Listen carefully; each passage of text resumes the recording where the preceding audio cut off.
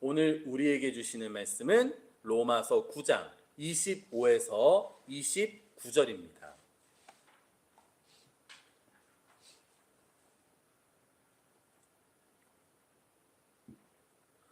오늘 우리에게 주시는 말씀은 로마서 9장 25에서 29절입니다. 제가 봉독하도록 하겠습니다. 호세아의 글에도 이르기를 내가 내 백성 아닌 자를 내 백성이라 사랑하지 아니한 자를 사랑한 자라 부르리라. 너희는 내 백성이 아니라 한 그곳에서 그들이 살아계신 하나님의 아들이라 일컬음을 받으리라 함과 같으니라. 또 이사야가 이스라엘에 관하여 외치되 이스라엘 자손들의 수가 비록 바다의 모래 같을지라도 남은 자만 구원을 받으리니 주께서 땅 위에서 그 말씀을 이루고 속히 시행하시리라 하셨느니라. 또한 이사야가 미리 말한 바 만일 만군의 주께서 우리에게 씨를 남겨두지 아니하셨더라면 우리가 소돔과 같이 되고 고모라와 같이 같았으리로다 함과 같으니라. 아멘. 유명한, 저는 처음에 영화로 봤는데 나미아 연대기라는 영화를 보셨습니까? 유명한 작가인 C.S. 루이스라는 영국 작가가 쓴 소설을 기반으로 만든 영화입니다. 그는 유명한 글작가일 뿐만이 아니라 기독교 서적도 정말 많이 썼습니다. 그래서 누구는 그 사람을 아예 목회자나 신학자로 착각하는 경우도 있는데 단순히 문학을 쓰는 작가입니다. 그는 기독교 가정에서 자랐으나 커가며 신앙을 잃어버렸고 청년 때까지도 무신론자로서 살았습니다. 그리고 30이 넘은 나이에 신앙을 회복하고 그때부터 기독교인으로서 많은 활동을 하게 됩니다. 그런데 그는 많은 책을 쓰면서 자신이 무신론자로서 있었던 기간도 길었기 때문에 어떻게 보면은 이제 모태신앙으로 평생 신앙생활을 해오던 분들과는 또 다른 신앙적인 관점을 가지고 있었습니다. 그래서 이제 하나님의 선하심과 세상의 고통이라는 신정론에 관한, 그러니까 하나님께서는 정당하신가, 하나님께서 전능하시고 살아계시다면 왜 우리는 고통과 고난을 겪어야 하는가, 하나님께서는 왜 허락하시는가, 이런 고민도 하고 책을 쓰게 되었습니다. 이에 대해 그는 자신의 책에서 많은 질문을 던지고 또 대답을 하는데 여러 가지로 이야기 드릴 수도 있지만 눈여겨볼 것은 인간이 겪는 고통의 의미 속에서 인간의 생각이 아니라 하나님의 뜻을 발견하기를 원하고 있다는 것입니다. 우리는 많은 문제를 나의 시선으로 바라봅니다. 내 문제를 내 입장에서 바라본다라는 것이 무조건 틀린 것은 아니겠죠. 다만 나의 판단은 굉장히 주관적이고 또는 내가 연약하다는 것을 알 수 있으니 때론 객관적인 진실이나 다른 시선이 더 옳을 때도 있다라는 것을 잊어서는 안 될 것 같습니다. 그렇기에 특별히 우리가 성도라면 분명 이 세상을 살아가며 하나님의 시선을 알아야 할 것입니다. 우리는 그래야 이 세상을 바르게 이해하고 온전하게 살아갈 수 있다고 믿는 성도가 될 수 있을 것입니다. 먼저는 우리 이번 한 주간 나머지 시간을 살아가실 때에도 하나님의 뜻을 늘 구하는 성도가 되기를 바라고 하나님의 시선을 맞추어 보도록 노력하는 그런 성도가 되었으면 좋겠습니다. 먼저 오늘 본문을 보며 나누어야 할 이야기가 있습니다. 우리가 지금 로마서 본문을 보면 사도 바울이 오늘 본문 중에 구약 성경 중 호세아의 글과 이사야의 글을 인용하고 있습니다. 즉 사도 바울이 하는 말을 이해하기 위해서는 사전에 구약 성경을 읽어봐야 한다라는 거예요. 결국 우리가 신앙생활을 하면서 강조해야 하는 첫 번째는 무엇인가? 성경책을 읽어야 된다라는 겁니다. 제가 우리 예린교회 유튜브에 영상 하나도 남겼던 것 같아요. 우리가 성경을 어떻게 이해하고 있든 나의 사상이 무엇이든 나의 강조점이 무엇이든 결국 교회는 성경을 중심으로 이루어져 있습니다. 그러니 성경을 읽어봐야 그 다음에 대화가 될 수 있을 것 같아요. 오늘 사도 바울이 하는 이야기를 이해하기 위해서도 호세아서와 이사야서를 읽어봐야 합니다. 그래야 사도 바울이 그 글들을 근거로서 어떤 주장을 하는지 우리는 알 수 있을 것입니다. 우리 예린교회 성도님들께는 늘 강조합니다. 성경 읽기를 바랍니다. 조금이라도 좋습니다. 그러니 성경 읽는 습관을 들이는 것이 분명 우리 신앙생활에 유익이 될 것을 기억해 주시기를 바랍니다. 다시 본문 보도록 하겠습니다. 25에서 26절입니다. 사도 바울이 호세아의 글을 인용합니다. 내가 내 백성 아닌 자를 내 백성이라 하겠다. 그리고 내가 사랑하지 않은 자를 사랑하는 자라 부르겠다. 너희는 내 백성이 아니다라고 말했던 그곳에서 하나님의 백성이라고 불릴 것이다. 아멘. 먼저 오늘의 본문은 우리가 계속해서 수요 저녁 예배 때마다 로마서를 계속 읽고 있는데, 그러니까 앞선 이야기에서 이어지는 내용입니다. 저번 주에 사도 바울이 하나님의 정의나 온전함에 대해 의심하던 사람들에게 이야기했습니다. 토기장이가 천이 쓸 그릇과 귀히 쓸 그릇을 만들지 못하겠느냐? 즉 하나님의 절대성, 하나님의 완전성, 하나님은 온전하시고 하나님은 그 자체로 완성되신 분이다라는 변증이었습니다. 그리고 우리의 삶은 오직 하나님께 달려 있다. 우리는 그것을 거부할 수 없으며, 그리고 오히려 그것이 우리에게 확정적인 사랑으로, 은혜로 드러났다라고 저번 주에 함께 나눴습니다. 그런데 오늘 본문을 읽다 보면 이렇게 생각이 들 수 있습니다. 하나님의 완전성, 하나님의 절대성 인정하겠습니다. 그리고 전능하신 하나님께서 우리를 사랑하시고 복을 주셨다라는 것도 알겠습니다. 그런데 저는 오늘 본문을 읽으면서 이런 의문이 들었습니다. 다른 건 다 알겠는데 어쨌든 완벽하신 하나님이라도 자꾸 이랬다가 저랬다가 하면 그건 믿을만 한가? 우리도 그렇잖아요. 사람이 어떤 말을 하는데 자꾸 앞에서 다르고 뒤에서 다릅니다. 아까는 이 말했다가 지금은 저 말합니다. 이러면 신뢰가 되지 않습니다. 좋아하는 사람 없습니다. 사람이 신념이 있고 소신이 있고 뚝심이 있어야지 자꾸 말 바뀌는 사람을 믿는 사람은 없다라는 겁니다. 하나님께서도 전에는 이렇게 말씀하셔 놓고서는 지금에 와서 저렇게 말한다면 과연 믿을 수 있고 신뢰할 수 있냐는 것입니다. 첫째, 조금 다른 이야기를 먼저 시작해야 할 것 같습니다. 지금 사도 바울이 호세아의 글을 인용하고 있죠. 그런데 사도 바울은 호세아의 글을 이방인들에게 적용하고 있지만 사실 호세아의 글은 단순히 이스라엘 백성의 회복을 이야기하고 있는 거예요. 그러니까 지금 사도 바울이 호세아의 글을 인용하면서 주장하는 것과 실제로 호세아서에 기록되어 있어서 그것이 말하고자 하는 것이 다르다라는 겁니다. 그러니 앞서 말한 것처럼 성경을 다 읽고 바르게 이해해야 되는 게 먼저 전제가 돼야 되고요. 그렇다면 지금 사도 바울이 자신의 이야기를 하기 위해서, 주장하기 위해서 호세아의 글을 인용을 했는데 잘못 인용하고 있는 걸까요? 그렇지 않다라는 겁니다. 지금 자신이 가진 문제에 대한 적용을 하고 있는 거예요. 그 호세아서에 기록된 이야기를 통해 지금 우리 신앙 공동체의 문제에 대해서 이곳에 적용하고 해결하고 있다라는 것입니다. 우리 성도님들께도 말씀을 드릴 건데 성경을 우선 읽고요. 그 성경 말씀이 내 삶에 적용이 돼야 합니다. 그래야 성경을 읽는 거예요. 성경을 그냥 달달 외우는 건 아무 의미가 없습니다.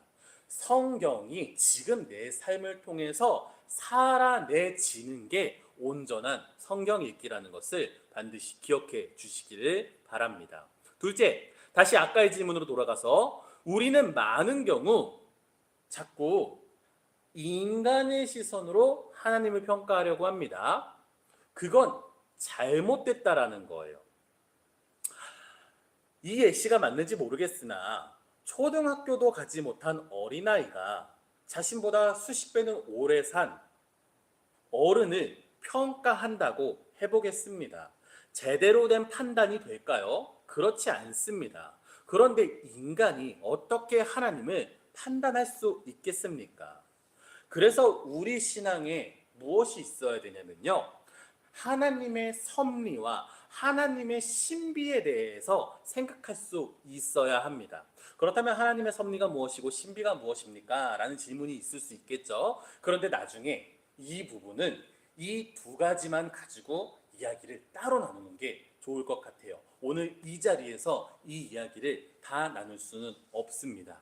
그래서 다시 한번 정리를 하자면 우리 삶 속에는 이 세상에는 언제나 하나님의 섭리와 신비가 있다는 것을 반드시 기억해 주시기를 바랍니다. 셋째, 만약 우리가 인간의 시선으로 하나님을 평가한다고 해도 하나님께서는 잘못하신 일이 없습니다. 실제로 우리가 틀린 거예요. 오늘 사도 바울의 주장이나 인용했던 호세아의 글을 잘 읽어보면은 하나님께서는 먼저는 이스라엘, 유대인들을 선택하셨다가 이제는 말 바꿔서 이방인들을 선택하신 것이 아닙니다.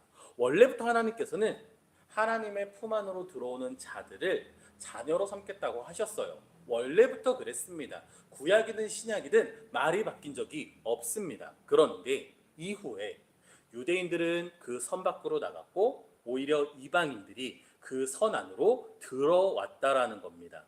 하나님께서 바뀌신 게 아니라 우리가 바뀐 거예요.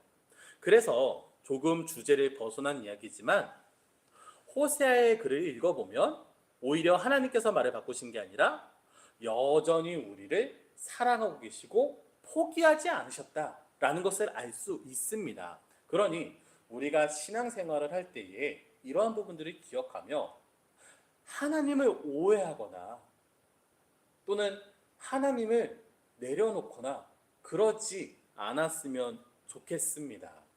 꼭 하나님과의 이야기가 아니더라도 우리는 살아가며 이런 실수를 할 때가 정말 많습니다. 내가 생각해보니, 내가 판단해보니, 내가 따져보니 너는 틀렸어 라고 말했는데 알고 보니까 내가 잘못했을 때가 많다라는 겁니다. 그러나 이것을 인정하거나 그 이전에 깨닫는 경우조차 보기가 힘듭니다. 그래서 우리 성도님들께는 늘 강조합니다. 겸손하고 지혜 있는 성도가 되기를 바랍니다. 그러기 위해서는 신앙생활도 열심히 하고 또 우리에게 맡겨진 삶 속에서 최선을 다해 살아가야 합니다. 그것이 경험이고 공부이고 그리고 하나님께서 내게 깨달음을 주신다면 참 우리가 지혜롭고 성숙한 삶을 살 수 있을 것 같아요. 그렇다면 당연히 하나님께도 칭찬받는 성도가 될 수 있고 우리 삶 속에서도 다른 사람들에게 좋은 유익을 끼치는 그리고 존경받는 성도로 설 수 있을 것입니다. 하나님과 함께 살아가시기를 바라고요. 하나님을 오해하지 않기를 바라고요. 하나님의 시선을 알기를 바라고요. 그리고 하나님께서 내게 맡기신 일에 최선을 다하며 언제나 성장하며 살아가는 성도가 되기를 바랍니다. 다음 본문입니다. 27에서 28입니다. 사도 바울이 이번에는 이사야의 글을 인용합니다. 이사야 선지자가 이스라엘에 관하여 이렇게 말했다.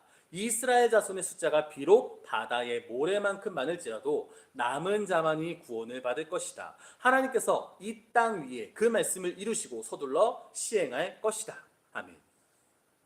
먼저 사도 바울의 이사야 인용 또한 앞선 주장과 마찬가지의 근거를 제시합니다. 하나님의 사랑, 하나님의 은혜가 유대인뿐만 아니라 이제는 이방인에게까지 다가갔다라는 거죠. 과거 유대인들은 그저 자신들이 유대인이라는 이유로 구원의 길을 걷는다고 생각을 했습니다. 그러나 그렇지 않다라는 거예요.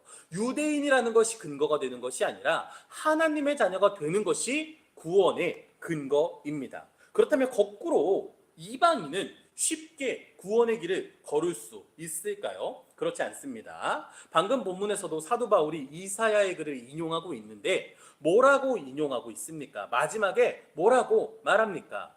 남은 자만이 구원을 받는다고 말합니다. 그리고 우리는 이미 유명한 예수님의 말씀을 알고 있습니다. 마태복음 7장 21절에 보니까 이렇게 기록되어 있습니다. 나더러 주여 주여 하는 자마다 다 천국에 들어갈 것이 아니요 다만 하늘에 계신 내 아버지의 뜻대로 행하는 자라야 들어가리라. 아멘. 신앙생활을 해야 성도입니다. 그리고 신앙생활을 잘 해야 훌륭한 성도입니다. 그리고 우리 예린교회에서 늘 얘기를 하죠. 신앙생활이라는 것은 이 예배당 안에서만 하는 것이 신앙생활이 아닙니다. 우리 성도님들의 삶 전체에서 행하는 것이 신앙생활입니다. 더 나아가 늘 그런 표현 드립니다. 가정의 교회를 세우시고 일터의 교회를 세우셔야 합니다. 늘 성장해야 되고 성숙해야 합니다. 늘 겸손해야 되고 지혜로워야 합니다. 그 전체가 신앙생활입니다. 그래서 늘 표현합니다. 하나님과 더불어 이웃과 함께 화목하셔야 되고요. 평안하셔야 됩니다. 내가 하나님께 칭찬받을 성도답게 사셔야 되고요. 세상 사람들에게 존경받을 만한 삶을 살아야 합니다. 그것이 바로 남은 자에 속하는 방법입니다. 마지막으로 29절 보도록 하겠습니다. 사도 바울이 다시 이사야의 글을 인용합니다. 만군의 주께서 우리에게 씨를 남겨두지 아니하셨더라면 우리가 소돔과 같이 되고 고모라와 같이 같았으리로다 함과 같았다. 아멘. 사도 바울은 다시 한번 이사야의 글을 인용하면서 하나님의 주권 그리고 하나님께서 오히려 우리에게 은혜를 베푸셨다라는 이야기를 하고 있습니다. 저는 이 마지막 이야기를 통해서 오늘날 우리가 어떻게 살아가야 될지 함께 이야기를 나누고 싶습니다. 먼저 창세기에 소돔과 고모라의 이야기가 나옵니다. 그곳은 타락했고요. 죄를 지었습니다. 그리고 결론적으로 어떻게 되었습니까? 하나님께 벌을 받아서 멸망하고 말았습니다. 우리는 그것을 통해 어떤 교훈을 얻을 수 있습니까? 죄짓지 말아야겠다. 타락하지 말아야겠다. 그렇다면 하나님께서 우리 또한 소돔과 고모라처럼 벌하실 것이다. 멸망시키실 것이다. 그렇죠? 그런데 우리는 이제 그것보다 한 발짝 더 나아가서 이미 우리의 삶은 소돔과 고모라와 다를 것이 없는데 다만 하나님께서는 소돔과 고모라는 멸망시키셨으나 지금 우리는 사랑하시고 은혜를 베푸시며 지켜 돌보시고 계신다라는 겁니다. 그렇기에 두 가지로 권면 드리고 싶습니다. 오늘 찬양의 제목이 무엇이었습니까? 첫째 곡은 은혜였고 두 번째는 감사였습니다. 첫째, 은혜를 살아가시기 바랍니다. 우리 삶 속엔 은혜가 있습니다. 그런데 내게 내려진 값 없는 공짜로 주어진 은혜는 생각을 안 하고 외면하고 항상 내게 부족한 것만 찾습니다. 또는 하나님께서 내게 가장 적절한 은혜를 주셨는데 하나님의 판단이 아니라 내 생각을 가지고 내가 원하는 은혜를 구하고 있습니다. 그리고 그것이 없다고 불평불만하고 있다는 겁니다. 이미 넘치는 은혜를 받았는데 여전히 나는 부족합니다. 그리고 나 스스로 스트레스를 받으며 나 스스로를 고통과 고난으로 나 스스로가 밀어내고 있다는 것입니다. 고통이 없다라는 말이 아니에요. 고난이 없다라는 말이 아닙니다. 그런데 참 많은 것이 내게 주어졌으나 우리는 그것을 누리지 못하고 있을 때가 많다. 그래서 예전에도 비슷한 얘기 한번 했었는데 매일 저녁 한번 일기를 쓰셨으면 좋겠습니다. 일기를 쓰면서 오늘 하루 내게 주어진 은혜가 무엇인지 구별해서 한번 써보세요. 분명 있습니다. 없다면 하나님께서는 왜 내게 은혜를 베풀지 않으셨나? 뭐 그런 생각을 해도 좋겠지만 이미 베푸신 은혜를 구별하지 못한 나 스스로를 반성하는 것도 좋을 것 같습니다. 둘째, 감사로 살아가시기 바랍니다. 우리에게 값 없이 귀한 은혜가 내려진 줄을 안다면, 그리고 우리가 그 은혜를 누렸다면 감사가 나와야 되는 것이 자연스러운 일이라고 생각합니다. 그러니 내게 베풀어진 그 은혜에 대한 감사를 일기에 적어보시기 바랍니다. 그렇게 기쁘게 사셨으면 좋겠어요. 즐겁게 사셨으면 좋겠어요. 행복하게 사셨으면 좋겠습니다. 분명 주어진 것이 있어 누릴 만한 것이 있으며, 그리고 고마운 일들이 많은데 우리는 그런 것보다 항상 없는 것에 관심을 둡니다. 부족한 것에 불평불만을 하고 핏대를 세우고 입에서 침을 튀겨가며 울부짖고 있는 것 같아요. 다시 말씀드립니다. 부족한 게 없다라는 게 아니에요. 고통이 없다는 게 아닙니다. 시험과 고난과 역경이 없다라는 게 아닙니다. 그런데 주어지는 것에 대한 감사와 그것을 누리는 데만 해도 시간이 부족할 것 같아요. 일기를 손으로 쓴다고 하면 불평불만으로 채우다가 손이 아파 그만 쓰는 것보다, 분명 불평불만도 있지만 은혜와 감사로 쓰다가 손이 아파 그만둔다면 나중에 1년 후에 5년 후에 10년 후에 그 일기를 펴보세요. 그러면은 그때 감사하고 기뻤던 것밖에 없었던 게 돼요. 자, 우리 삶 속에 분명 어려운 일들, 고난받았던 일들이 있습니다. 그런데 10년 전, 20년 전을 한번 생각을 해보세요. 그때 어떤 고통이 있었습니까? 시간이 지나면 다 잊게 돼 있죠. 그런데 일기에 쓰지 않으면 정말 없었던 일이 되는 것 같아요. 오히려 거꾸로 은혜와 기쁨도 마찬가지인 것 같아요. 5년 전, 10년 전에 기쁘고 즐겁고 행복한 일들이 있으셨죠. 그런데 그것 또한 시간이 지나면 기억에서 사라집니다. 그런데 그걸 일기에 남겨놓는다면, 그리고 지금 만약에 그걸 펴봤다면 내가 5년 전에 10년 전에 이렇게 기쁜 일이 있었구나, 그럼 기쁨밖에 안 남는 거거든요. 우리는 분명 그렇게 살아야 될 줄을 저는 확신합니다. 마무리하도록 하겠습니다. 첫째, 성경 읽기 바랍니다. 사도 바울은 오늘 본문에서 호세아의 글과 이사야의 글을 인용했습니다. 이처럼 우리는 하나님의 생각을 바로 알기 위해서 성경을 반드시 읽어야 됩니다. 둘째, 하나님께서는 바뀌지 않으셨습니다. 바뀐 것은 우리입니다. 하나님께서는 처음부터 우리를 그 품에 품고 사랑하고자 하셨습니다. 그러나 유대인은 밖으로 나갔고 이방인은 안으로 들어왔습니다. 우리가 인간의 시선으로 하나님을 평가할 때 오해가 있음을 기억해 주시기 바랍니다. 셋째, 그러므로 우리는 이미 하나님으로부터 많은 복을 받았습니다. 그에 대해 은혜와 감사를 기억하기를 바랍니다. 소돔과 고모라처럼 될 수 있었는데 하나님께서는 씨를 남겨두셨습니다. 남은 자만 구원받는다는 말씀 앞에서 우리는 내가 그 자리에 있는 것을 당연하게 여겨서는 안 됩니다. 나를 낮추시고요, 겸손하시기 바랍니다. 그리고 기쁨으로 사시기 바랍니다. 은혜를 기억하시기 바랍니다. 그리고 감사하면서 이번 한 주간을 살아갈 수 있는 우리 성도님 되기를 진심으로 원하고 또 기도하겠습니다. 기도하도록 하겠습니다.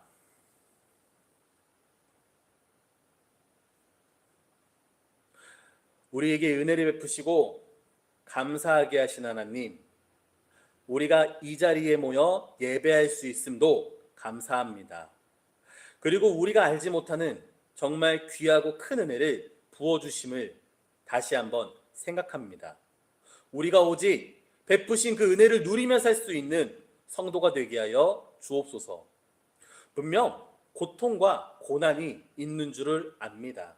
그러나 베푸신 복이 너무 커서 그것만 헤아리는데 시간이 부족해서 오직 나에게 그 은혜만이 남게 하여 주옵소서. 우리가 하나님의 뜻을 오해하지 않겠습니다. 성경을 읽고 기도하며 하나님의 시선이 무엇인지 기억하겠습니다. 이 땅에 하나님의 섭리와 신비가 있는 줄을 기억하겠습니다. 그러니 하나님, 언제나 어디서든 우리와 함께 해주시고 언제나 승리의 길로, 구원의 길로 인도하여 주옵소서. 예수 그리스도 이름으로 기도합니다. 아멘. 우리 마지막으로 주님께서 가르쳐 주신 주기도문으로 함께 기도하고 예배 마치도록 하겠습니다. 하늘에 계신 우리 아버지, 아버지의 이름을 거룩하게 하시며 아버지의 나라가 오게 하시며 아버지의 뜻이 하늘에서와 같이 땅에서도 이루어지게 하소서.